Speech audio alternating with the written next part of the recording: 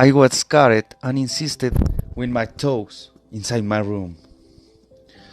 The drops that spilled out of the window joined with the mental agony that experienced. I felt that really was crawling step by step.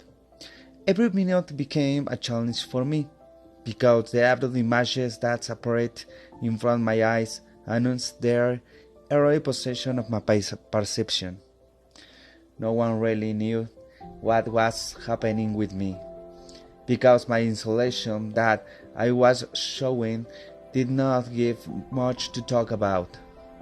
I only spoke of a boy with depression that there was no need to worry about.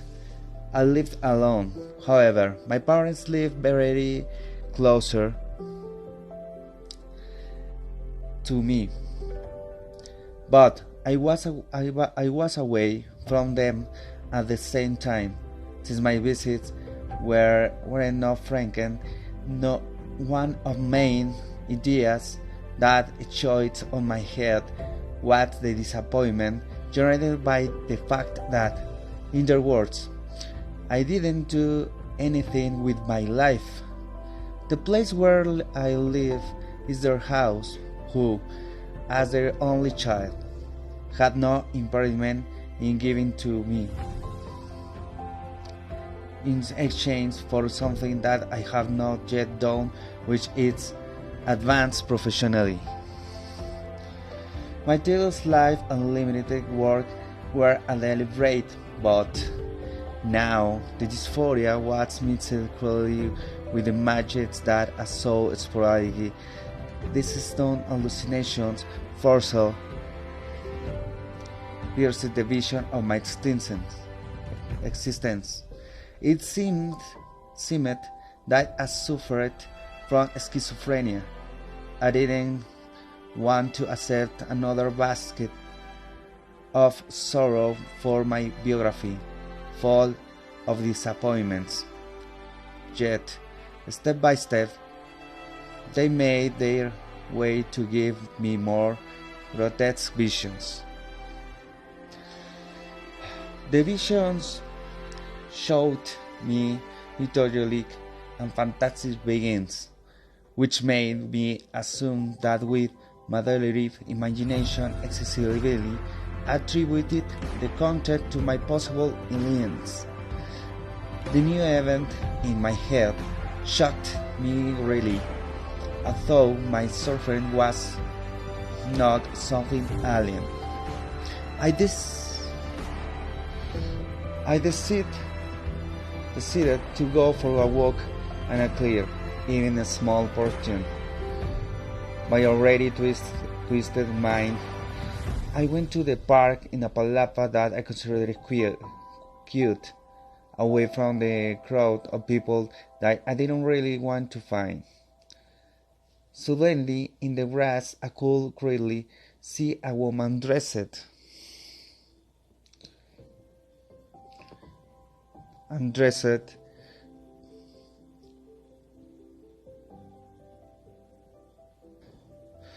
I could clearly see a woman dressed in a strange way.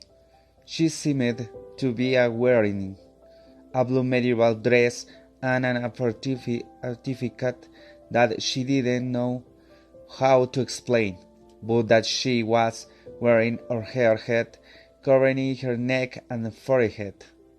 She comes from a custom party, I thought, but when I could focus my gaze north, she had a bow and a rose no one sides while she played with the flowers as if she seemed to be talking to her. I must confess that I couldn't stop looking at her, since her face was extremely beautiful and her pointed ears told me that it wasn't an elf costume. But what was she doing alone? I wondered. He was in the middle.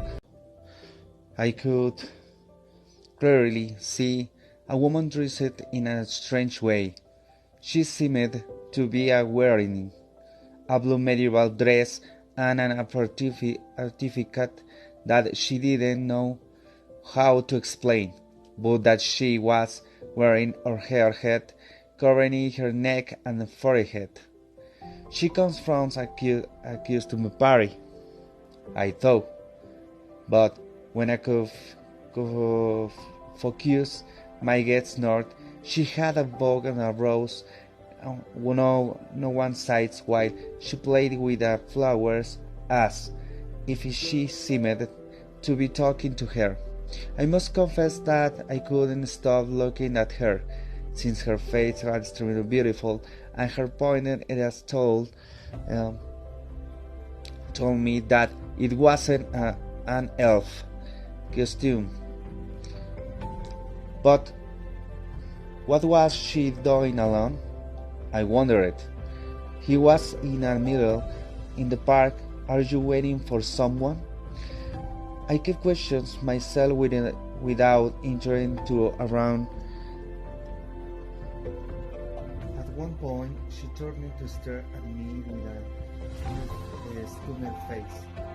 I suddenly motioned immediately direct my eyes to the basketball near here, so that she wouldn't get the idea that I am harassing her, or because it was a party.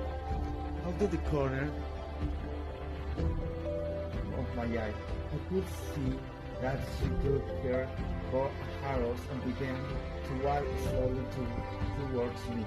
I turned in all directions to verify, and that wasn't me. The person who was staring penetrantly was someone else. As soon as I was able to inspect the area, she began to yell at me. Who are you? I pretend not here, not wanting to be a part of extra trouble from someone who seemed crazy. I got up and started walking home again, but she yelled again. Who are you?